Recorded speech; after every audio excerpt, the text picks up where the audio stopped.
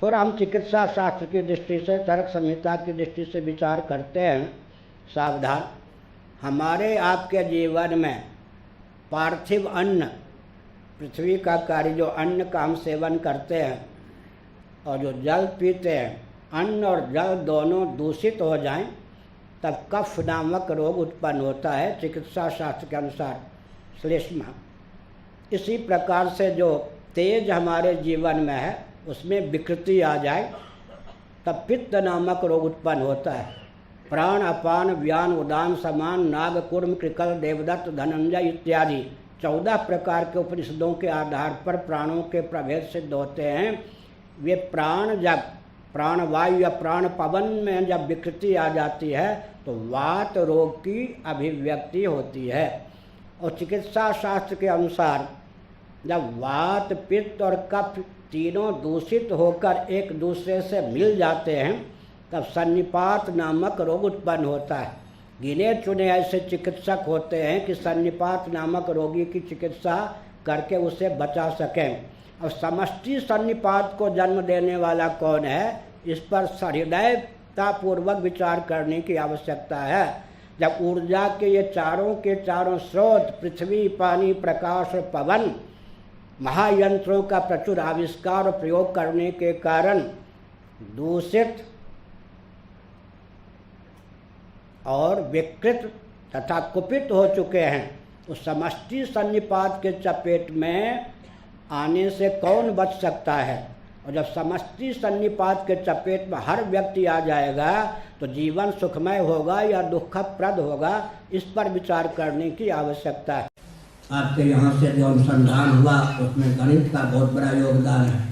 बिना गणित के तो विज्ञान अधूरा है, क्योंकि मंत्र का अर्थ होता है पृथ्वी, पानी, प्रकाश, पवन, आकाश, दिक् और काल में जो सिद्धांत सन्निहित हैं, जिनके आधार पर इनकी स्थिति है, इनका संचालन होता है, इनकी अर्थक क्रियाकारिता या उपयोगिता चरितार्थ होती है, उसका साक्षात्कार कर लेना सूक्ष्म बुद्धि से, इसका नाम है सज्जनों मंत्र। भले ही न्यूटन जी को श्रेय जाता हो गुरुत्वाकर्षण का, लेकिन तटस्थ भाव से सत्य के पक्षधर होकर विचार करेंगे तो वेदादि शास्त्रों ने, वैशेषिक न्याय दर्शन आदि ने तो गुरुत्वाकर्षण के सिद्धांत को हजारों वर्ष पहले ही उद्भाषित किया था। आजकल बाइनरी सिस्टम कंप्यूटर वाले जानते हैं, अरबों की संख्या को भी 0 और 1 में सन्निहित करने वाली जो प्रक्रिया, प्रोसेस, मेथड है, उसका नाम है बाइनरी सिस्टम। आपको सुनकर आश्चर्य होगा। यजुर्वेद का अध्ययन कीजिए, ऋग्वेद का अध्ययन कीजिए, सामवेद का अध्ययन कीजिए, अथर्ववेद का अध्ययन कीजिए, नारद पुराण का अध्ययन कीजिए, विष्णु पुराण का अध्ययन कीजिए। हमारे मनीषियों ने 0 और 1 का विज्ञान सृष्टि के प्रारंभ में ही अभिव्यक्त किया था। विश्व में जितने दार्शनिक विचार अब तक हैं, आगे संभावित हैं, सबको ध्यान में रखकर मैं एक संकेत करता हूँ। प्रामाणिक रीति से निरीक्षण परीक्षण करने पर जो कुछ दृश्य है, अनात्मा है, वह अनित्य अवश्य है, जड़ अवश्य है, अयोगास्पद, संयोगास्पद, वियोगास्पद होने के कारण दुखप्रद अवश्य है। अगर हम दार्शनिक और वैज्ञानिक धरातल पर कस के देखें, समग्र अनात्मा प्रपंच, दृश्य प्रपंच अंततो गत्वा असच्चिदानंद ही सिद्ध होता है। और हमारे आपके आकर्षण का केंद्र सच्चिदानंद तत्व ही सिद्ध होता है। ऐसे कि जिस संविधान की गति मन के समान, जैसे मन की गति भूत, भविष्य, वर्तमान तीनों कालों में होती है, इसलिए छांदोग्य सूची ने कहा मन जीवात्मा का दिव्य चक्षु है। और वह मन कहीं परमात्मा तक, अपने उद्गम स्थान तक पहुंच जाए, ऊर्ध्वमुख हो जाए, तब फिर उस मन की गति जो त्रिकालातीत है उसमें भी हो जाती है।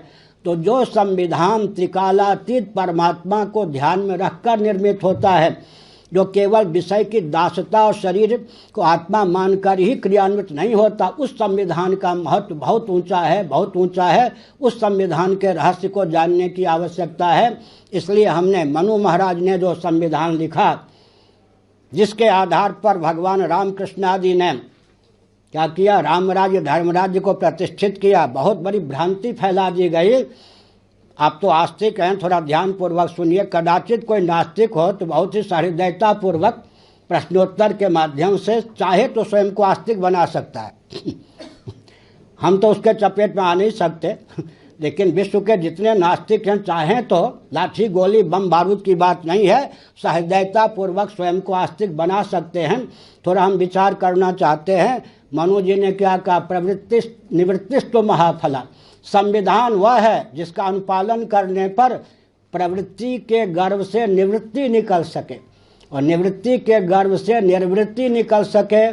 प्रवृत्ति के गर्भ से निवृत्ति न निकले तो गाढ़ी नींद ही सुलभ न हो, और गाढ़ी नींद सुलभ न हो तो हम विक्षिप्त हुए बिना न रहें। लेकिन गाढ़ी नींद में मृत्यु, जड़ता, दुख का बीज शेष रहता है।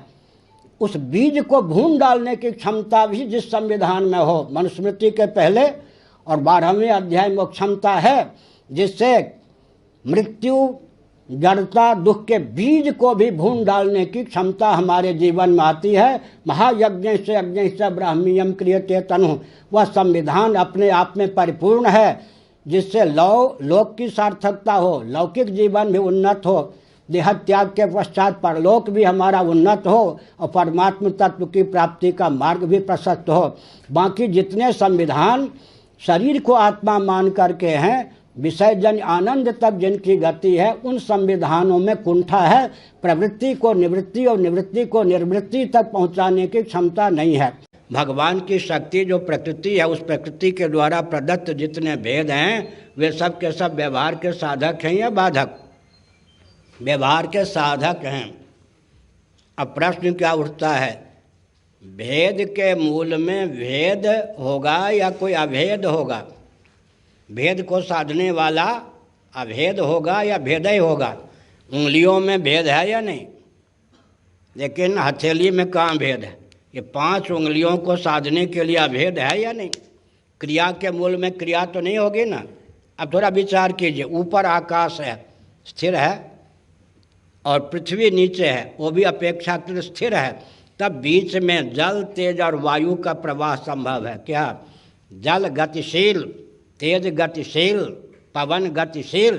इन तीनों गतिशीलों को साधने के लिए ऊपर स्थिर आकाश और नीचे पृथ्वी स्थिर है। तब ये 3 की सत्ता है, 3 की उपयोगिता सिद्ध होती है। तो भेद के मूल में तो अभेद होगा, भेद का पर्यवसान तो अभेद में होगा, गति के मूल में स्थिति होगी, ये नियम है। तो पहला शाप भौतिकवादियों को क्या प्राप्त है वेद वेदांत की ओर से? अरे वो भौतिकवादियों, सकल भेदों का सदुपयोग करते हुए निर्भेद परमात्मा तक तुम मन को नहीं पहुंचा सकते। जितने भौतिकवादी हैं, 2 क्षमता उनमें नहीं है, न तो भेद का सदुपयोग कर सकते हैं, न निर्भेद परमात्मा तक मन को पहुंचाने में समर्थ हो सकते हैं। निर्भेद की ओर संकेत करता है विज्ञान। Matter is nothing but energy, ये क्या है? अभेद की ओर संकेत है या नहीं? Matter is nothing but energy. पदार्थों में विविधता है, लेकिन एनर्जी, ऊर्जा में विविधता नहीं है, वो एक है। लेकिन वो एनर्जी जड़ है या चेतन? जगत उसका परिणाम है या विवर्त? इन सब प्रश्नों को करें तो उत्तर फिर वेदांत के पास है, वेदांतियों के पास है। इसी प्रकार से matter can neither be created nor destroyed. ये क्या है? ना सतो विद्यते भावो ना भावो विद्यते सतः अव्यक्तादीनि भूतानि व्यक्त मध्यानि भारत। एक बहुत ही रहस्य की, आह्लाद की बात है। हमारे पूज्य गुरुदेव स्वामी श्री कृपात्री जी महाराज का एक निबंध पुस्तकाकार हमारे यहाँ से छपा है, नास्तिक भी आस्तिक। जो सज्जन कहते हैं कि मैं ईश्वर का अस्तित्व नहीं मानता, वो भी 2 मिनट में आस्तिक हो सकते हैं। कोई ऐसा विश्व में माई का लाल नहीं है जो ईश्वर को ना मानता हो, लेकिन फिर डंके की चोट से कहते मैं ईश्वर को नहीं मानता। उसका रहस्य क्या है? मैं उदाहरण देता हूँ। कोई व्यक्ति पानी को नीरू कहता है, दक्षिण वाले तन्नी कहते हैं, अंग्रेजी वाले वाटर कहते हैं, या जो दुधमुहा बच्चा है जिससे अभी भाषा का ज्ञान ही नहीं है, बोल ही नहीं सकता है, प्यास लगने पर उसकी माँ उसे भी पानी पिलाती है या स्वयं भी वो पानी पीता है, उस दुधमुहे बच्चे से क्या कहिए क्या तेने पानी पिया, वो बेखट के सर हिला देगा, पानी तो पिया लेकिन झूठ भी नहीं बोल रहा है। उसे पता नहीं कि जिसके पीने से प्यास की निवृत्ति हुई उसी का नाम पानी है। इसी प्रकार जो व्यक्ति डींग मारते हैं कि ईश्वर है ही नहीं, मैं ईश्वर को नहीं मानता। बिहार में कहावत है, देव पितर सब पेट भीतर, मिथिला में देव पितर सब पेट भीतर। जो डंके की चोट से कहते हैं मैं ईश्वर को नहीं मानता, ठीक है आप ईश्वर को नहीं मानते हैं, लेकिन आप चाहते किसको है? आपकी चाह का जो सचमुच में विषय है उसी का नाम तो ईश्वर है, उसी का नाम तो परमात्मा है। आप बंध्या पुत्र को तो नहीं चाहते, आपकी चाह का विषय अभाव तो नहीं हो सकता, आपकी चाह का विषय तो जिसका अस्तित्व वही हो सकता है। आप क्या चाहते हैं? ऐसा जीवन जहाँ मौत की छाया न पहुँच सके, अर्थात मृत्युंजय होकर अमृत स्वरूप होकर शेष रहना चाहते हैं या नहीं? उसी का नाम तो ब्रह्म है, परमात्मा है, सत्यम ब्रह्म। आप क्या चाहते हैं? अखंड विज्ञान जहाँ अज्ञान की जड़ता की छाया भी न पहुँच सके, अखंड विज्ञान, उसी का नाम तो क्या है? ईश्वर है। ज्ञानम ब्रह्म विज्ञानम आनंदम ब्रह्म। आप क्या चाहते हैं? अखंड आनंद जहाँ दुख वेदना की छाया भी न पहुँच सके, उसी का नाम तो परमात्मा है, आनंदो ब्रह्म आनंदम ब्रह्म। जीव की चाह का जो सचमुच में विषय है उसी का नाम सच्चिदानंद है, और वेदों ने उसी को सज्जनों ईश्वर कहा है। इसलिए विश्व में कोई भी ऐसा नहीं जो ईश्वर को न मानता हो। हृदय अग्नि पुराण के अनुसार मैं बोल रहा हूँ, काल से संबद्ध गणित, दिक् से संबद्ध गणित और वस्तु से संबद्ध गणित। इसलिए गणित की पकड़ दिक् में भी है, काल में भी है, वस्तु में भी है। तो गणेय की गणना का नाम गणित है। यह गणित की पूर्ण परिभाषा नहीं है, आंशिक परिभाषा है। श्री भारती कृष्ण जी महाराज के संबंध में मैंने एक संकेत किया। इस समय जो वैदिक मैथमेटिक्स उनके द्वारा विरचित है उसमें 16 सूत्र हैं। पूरे ग्रंथ पढ़ने पर 22 उपसूत्र मुझको मिले। लोगों की प्राय धारणा है कि 13 उपसूत्र हैं, ऐसा नहीं, 22 हमने अपने ग्रंथ में, अभी जिसका लोकार्पण होगा, वैदिक मैथमेटिक्स में 16 सूत्र हैं, 22 उपसूत्र हैं। कुल मिला करके कितने हो गए? 38 सूत्रों की संरचना की गई। उन सूत्रों का अगर वर्गीकरण करें तब क्या होगा? गणना की दृष्टि से, अंकन की दृष्टि से एक गणित। वैदिक मैथमेटिक्स में कुल 13 सूत्र ऐसे हैं तो साक्षात गणना से संबद्ध हैं, गणित से संबद्ध हैं। उदाहरण के लिए एकाधिकेन पूर्वेण, एकन्यूनेन पूर्वेण निखिलम नवतः चरमम दशतः इत्यादि 13 सूत्र साक्षात योग, ऋण, गुणन, भाग, संख्या से संबद्ध हैं। अतिरिक्त 25 सूत्र बनते हैं, वो अध्यात्म अर्थात दर्शन, विज्ञान और व्यवहार से संबद्ध हैं। तो एक वैदिक मैथमेटिक्स में जो सूत्र दिए गए हैं, उन सूत्रों के आधार पर अगर हम गणित की परिभाषा करें तो विचित्र परिभाषा प्राप्त होती है। गणना, गणेय की गणना 1, दर्शन 2, विज्ञान 3 और व्यवहार 4। इन चारों का संवेद स्वरूप गणित है। फिर से सुनिए, केवल गणेय की गणना तो प्राधान्य न व्यपदेश, गणेय की गणना का नाम ही गणित नहीं है, मुख्य रूप से गणित उसी को कहते हैं। लेकिन वैदिक मैथमेटिक्स में जो सूत्रों का प्रयोग किया गया है, 16 सूत्र हैं, 22 उपसूत्र हैं, उनका अगर हम वर्गीकरण करें तो मालूम होता है कि 13 सूत्र साक्षात गणित से संबंध हैं, गणना से संबद्ध हैं। लेकिन अतिरिक्त जो सूत्र हैं, कुछ सूत्र दर्शन से संबद्ध हैं, कुछ सूत्र विज्ञान से संबद्ध हैं और कुछ सूत्र व्यवहार से संबद्ध हैं। इस प्रकार सिद्ध होता है कि गणित गणना, दर्शन, विज्ञान व व्यवहार चारों का संवेद स्वरूप है। प्राप्त कर पाते, नासा उनको अपनी ओर बुलाता है, आविष्कार उनका होता है, मुहर नासा लगाता है। मैं औरों की बात छोड़ दूं, मुझे सम्मान नहीं चाहिए, मुझे धन नहीं चाहिए, लेकिन वेदना की बात तो यही है कि कम से कम 4000 वर्ष पहले जो गणित का विज्ञान विश्व में लुप्त हो गया था, कहीं कहीं वेदादि शास्त्रों में केवल सूत्र मिलते हैं। ऐसे 10 ग्रंथ मेरे गणित पर प्रकाशित हैं, 3 कंप्यूटर में हैं, लेकिन भारत की दृष्टि में उसका महत्व इसलिए नहीं है क्योंकि मैं किसी राजनीतिक दल का नहीं। माने ज्ञान विज्ञान को कुचलने का कुचक्र जिस देश में चलता हो, अपनी मेधा शक्ति को भी रौंदने का कुचक्र जिस देश में चलता हो, उस देश का उत्कर्ष कैसे होगा? आपको सुनकर आश्चर्य होगा, मैं अपनी प्रशंसा नहीं करता, लेकिन ज्ञान विज्ञान का अनादर तो कष्ट देता है। ऑक्सफोर्ड यूनिवर्सिटी, कैम्ब्रिज यूनिवर्सिटी, उत्तर कोरिया, दक्षिण कोरिया के मूर्धन्य गणितज्ञ मेरे पास 2-2 बार आ चुके हैं। 104 देश के गणितज्ञों ने गणित पर मेरा प्रवचन जयपुर में, रायपुर आदि में सुना है, लेकिन भारत सरकार की दृष्टि में, भारत के विद्वान मनीषी कहे जाने वाले राजनेताओं की दृष्टि में उसका कोई महत्व नहीं है। क्यों महत्व नहीं है? क्योंकि वैदिक विज्ञान है, क्योंकि मैं किसी राजनीतिक दल का नहीं हूँ। इसका अर्थ क्या है?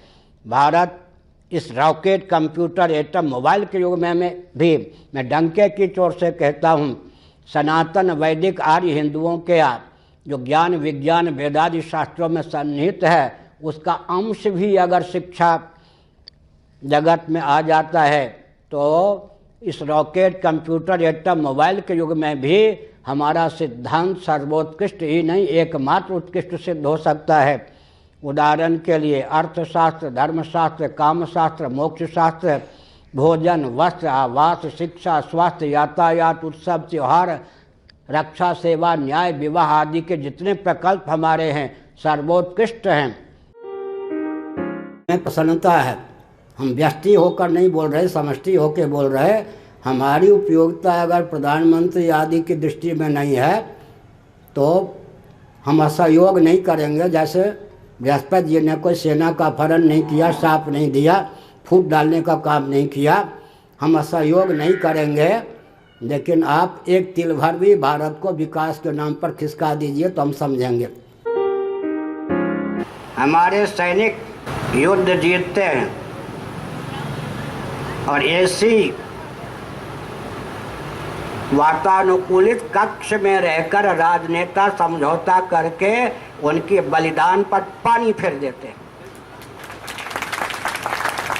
न चाहते हुए भी लाल बहादुर शास्त्री जी ने भी यही किया। ताशकंद वार्ता, अपने प्राणों को हथेली पर रखकर हमारे देशभक्त योद्धा जूझते हैं, लेकिन 2 घंटे की वार्ता के ब्याज से राजनेता उनके बलिदान पर पानी फेर देते हैं। वाजपेयी जी को मैंने सावधान किया था 7 महीने पहले जम्मू कश्मीर आदि क्षेत्र की यात्रा करके, और मैंने घोषणा कर दी थी पटना में और भुवनेश्वर में पाकिस्तान आक्रमण करने वाला है। हमारी बात अनसुनी की गई। 7 महीने बाद कारगिल युद्ध हुआ। जानबूझकर सैनिकों को गाजर मूली की तरह कटवाने का अभियान है। यह सार्वजनिक सभा है। मुझे जितनी बात मालूम है शायद सेनाध्यक्ष को उतनी बात न मालूम हो सीमा के संबंध में। समझ गए? मैं एक संकेत करता हूँ। माननीय दलाई लामा जी जब भारत में अतिथि के रूप में बुलाए गए, उसी समय उनके ब्याज से चीन ने अपने गुप्तचरों से, आतंकवादियों से, अराजक तत्वों से भारत की सीमा और भारत को भर दिया। साथ ही साथ आपको पठानकोट कांड मालूम है या नहीं? अभी नहीं, इससे पहले वाला। अभी तो मोदी जी के शासनकाल का अलग है, इससे पहले वाला। हमारे सैनिकों को हाथ पांव बांध करके रख दिया गया है। अत्याचार सहो, प्रतिकार बिल्कुल मत करो। यह जो लोकप्रियता का दुर्व्यसन प्रधानमंत्री, रक्षा मंत्री, गृह मंत्री के पास है, यह भारत के लिए अत्यंत अपराध है और सैनिकों को बेमौत मरवाने का षड्यंत्र है। क्यों विलंब हो रहा है? हमारे लाडले लाल सैनिकों पर अत्याचार हो रहा है। क्यों केंद्रीय शासन तंत्र सह रहा है? आजकल जो भारत है वो विभाजन के बाद का है या नहीं? है। और विभाजन किसके नाम पर हुआ था? दो कौम में किसके नाम पर विभाजन हुआ था? विभाजन के बाद का जो शेष भारत, अगर उसमें हिंदू धर्म के अनुसार शासन हो तो विश्व के सर में दर्द क्यों? मानवाधिकार की सीमा में भी विचार करें तो जब मोहम्मद साहब का, ईसा मसीह साहब का प्रादुर्भाव नहीं हुआ था तब कौन सा धर्म था विश्व में? और पूरे विश्व के जितने प्राणी हैं उनके पूर्वजों का नाम क्या था?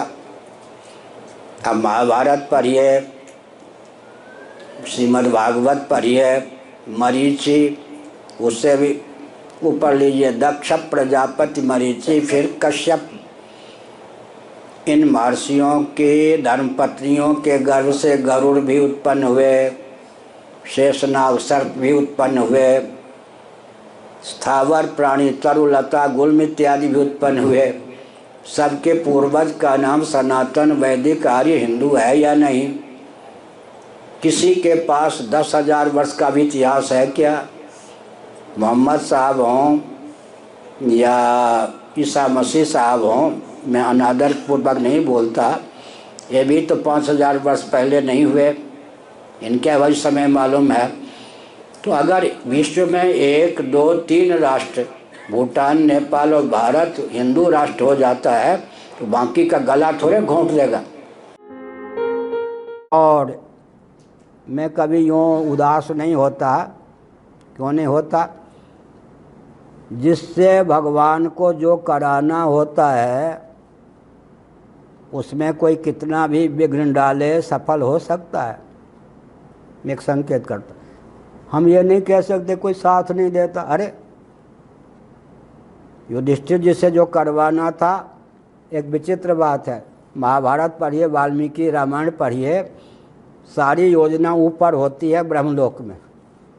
जिस योजना को लेकर ये कारक कोटि के व्यक्ति महापुरुष आते हैं या साक्षात भगवान आते हैं, ऊपर से ही सारे परिकर भी आ जाते हैं और समय पर वो मिलते जाते हैं। अगर कोई कहे हाय मैं असफल रहा, किसी ने साथ नहीं दिया, समझिए कि उसको भगवान ने निमित्त ही नहीं बनाया है। क्या? जिस व्यक्ति से जिस कार्य की सिद्धि होनी है, ये ईश्वरीय संविधान है कि उसके सहयोगी, जिसको जब सुग्रीव की प्राप्ति जब होनी थी तभी राम जी को हुई। ये विचित्र बात है। हमने संकेत किया सुग्रीव की प्राप्ति, विभीषण की प्राप्ति जब होनी चाहिए थी तभी हुई। तो हम ये रोते नहीं कि कोई साथ नहीं देता है। क्यों नहीं साथ? हम कैसे कहेंगे? जिस कार्य को करने के लिए भगवान ने हम लोगों को भेजा है, हम भगवान के अवतार नहीं हैं, लेकिन लुल्लु बुद्धू नरक से भी तो नहीं आए हम। ऐसा तो नहीं है कि नरक से आ गए हम। जिस जिस कार्य की सिद्धि के लिए भगवान ने हमको भेजा है, जो दायित्व दिया है, उसमें जो सहयोगी होना चाहिए, जिस सहयोगी की जब प्राप्ति होनी चाहिए तब हो ही जाती है। तो हमने एक संकेत किया, भविष्यवाणी तो नहीं करते, केवल हम संकेत करते हैं। पूरे विश्व में विचित्र आमूलचूल परिवर्तन होगा। पूरे विश्व में, विशेषकर भारत में, शासन तंत्र बिल्कुल पलट जाएगा और ये भौतिकता की सीमा में विश्व में कोई शासन तंत्र टिक नहीं सकता है। और व्यास गद्दी के पुरोधा इतने प्रबल होंगे, विश्व की सारी शक्ति मिलकर भी उनसे भिड़ करके भी उनको नीचे डिगाने में समर्थ नहीं होगी। इसलिए बलिहारी इसी बात की है कि अभिमान को छोड़ करके जो सनातन सिद्धांत है उसको समझने का प्रयास किया जाए। सनातन सिद्धांत के अनुसार अगर भारत में व्यक्ति और समाज की संरचना का प्रकल्प हो तो भारत पूरे विश्व के लिए वरदान सिद्ध हो सकता है और विश्व भी बहुत उत्कर्ष को प्राप्त कर सकता है। हम लोग सोए हुए नहीं हैं, बहुत जागरूक हैं और समग्र गोवंश की रक्षा का मार्ग किस प्रकार प्रशस्त हो उसके लिए स्वस्थ वेद रचना भी कर रहे हैं। और एक भविष्यवाणी भी सुन लीजिए, गो नवरात्र में भी मेरे मुंह से निकला था और अभी भी निकल रहा है। कई महीने से मैं या 2-4 वर्षों से मैं अपने सचिव जी को कहता रहा हूँ कि असंभावित ढंग से शंकराचार्यों के मठ का शोधन होगा। उसकी प्रक्रिया शुरू हो गई। जैसा निर्णय इलाहाबाद हाई कोर्ट ने दिया है उससे तो शासन ये शंकराचार्यों के मठ व्यासपीठ के शोधन की प्रक्रिया भगवान ने शुरू कर दी। अब मैं फिर आज कहता हूँ, बस थोड़े ही समय में ऐसी देश में विकट परिस्थिति उत्पन्न होगी जिसकी कल्पना किसी ने न की हो और शासन तंत्र के शोधन का मार्ग भगवान की शक्ति और दूती प्रकृति और उसके परिकर पृथ्वी, पानी, प्रकाश, पवन, आकाश के द्वारा प्रशस्त होगा। इसलिए जितने राजनीतिक दल हैं मंच पर मंचन करने वाला हमको न समझें, वे सावधान हो जाएं, उनके ऊपर भयंकर संकट आने वाला। अगर वो संभलते नहीं, प्रशस्त मान बिंदुओं की रक्षा के अनुकूल अपने को ढालने का प्रयास नहीं करते तो भारत में आमूल चूल शासन तंत्र के परिवर्तन का योग अब प्राप्त होने वाला है और व्यासपीठ के माध्यम से ही शासन तंत्र का शोधन होगा और अपेक्षित शासन तंत्र भारत को प्राप्त होगा। हर हर महादेव। मुझे बहुत कष्ट होता है ये राजनेता आप लोगों को छोड़कर न ये राजनीति की परिभाषा जानते हैं, न अर्थशास्त्र की परिभाषा जानते हैं, न इनको किसी प्रकार का विवेक है, फिर भी ये संतों से अपने को ऊंचा समझते हैं। हमने संकेत दिया, ये लोग क्या समझते हैं मालूम है क्या? शंकराचार्य ये संत महात्मा मिलकर के कोई नई पार्टी बनाएंगे, नई पार्टी बनाएंगे तो आप जैसी उनकी स्थिति हो जाएगी।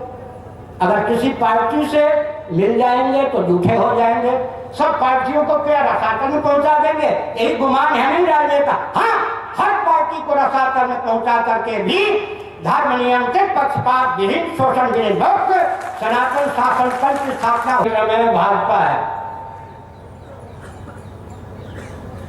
श्री राम जन्मभूमि के नाम पर और गाय के नाम पर भाजपा आई है, सारा इतिहास मुझे मालूम। सारी योजनाएं वृंदावन में बनती थी, इन एमएलए एमपी को कुछ नहीं पता है। सारी योजना वृंदावन में बनती थी, बनाता कौन था? मैं संकेत करता हूँ, स्वामी वामदेव जी महाराज न होते और अंदर से मेरी प्रेरणा न होती तो क्या होता है?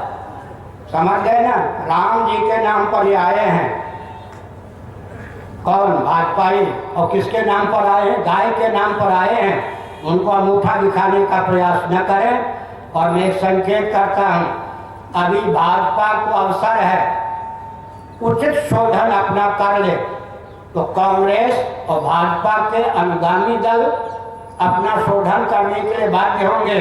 अगर भाजपा भी अपना अपेक्षित समय की सीमा में शोधन नहीं करती है तो किसी भी शासन तंत्र को हम सहेंगे नहीं। फिर जो हमारा प्रचंड रूप आचार्य का होता है, शंकराचार्य कौन होते हैं जी? महंत मंडलेश्वर होते हैं। शंकराचार्य का अर्थ होता है शासकों पर शासन करना। शंकराचार्य का अर्थ होता है शासकों पर शासन करना। इस बात को भूल जाए सरकार। शंकराचार्य को क्या होते हैं?